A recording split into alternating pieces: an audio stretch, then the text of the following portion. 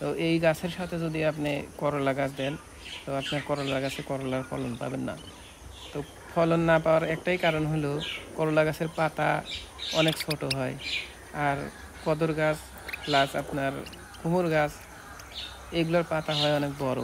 তো সেই জন্যে এই গাছগুলোকে ঝাঁপড়ে ধরার কারণে এই গাছ বড় হতে পারে না। তো সেই জন্যে আমি চেষ্টা করছি যে ওই গাছ ওইদিকে না দিয়ে এদিকে ওদেরকে রিটার্ন করে নিয়ে আসব। তো যখন ওরা এদিকে আসতে শুরু করবে, তো ওই সময় অন্য অন্য গাছও আসবে। তো ওই গাছগুলো আমি আস্তে আস্তে কেটে দেবো যাতে এই গাছগুলো এখানে না আসতে পারে।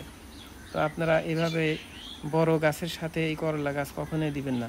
করলা গাছের সাথে অন্য গাছ দিলে এই করলা গাছের ফলন পাবেন না।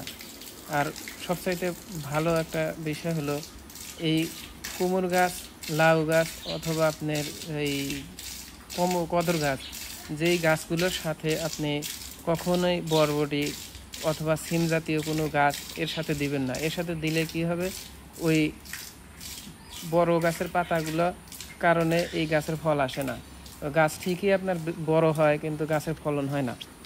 তো অবশ্যই এই জিনিসটা খেয়াল রাখবেন যে ওই বড়